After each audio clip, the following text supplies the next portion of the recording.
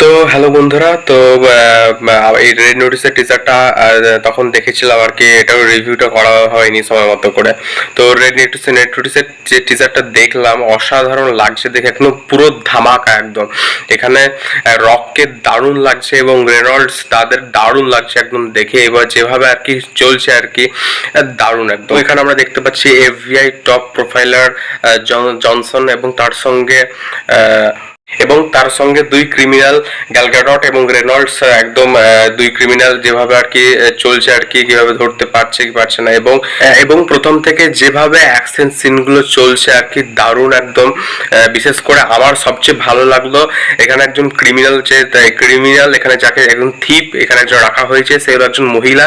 Gall গ্যাডটকে এখানে দারুণ লাগছে এবং সে যেভাবে আর কি অ্যাকশন করছে রকের সামনে কিংবা রেনল্ডসের সামনে যেভাবে অ্যাকশন করছে, দারুণ লাগছে পুরো ব্যাপারটা আর কি।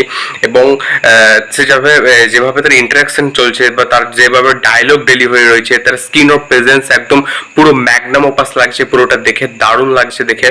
তো অল ওভার শেষে যদি বলি, এবং আর একটা কথা বলবো, শেষে যে ভিএফএক্সটা দেখানো হয়েছে, যে ব্রিজে যেভাবে আর কি ব্রিজটা আর কি যেভাবে ফায়ার হচ্ছে আর কি, হ্যাঁ, তো ওই জায়গাটা ভিএফএক্স এর কাজটা আমার ওখানে খুব দারুণ লাগলো কাজটা।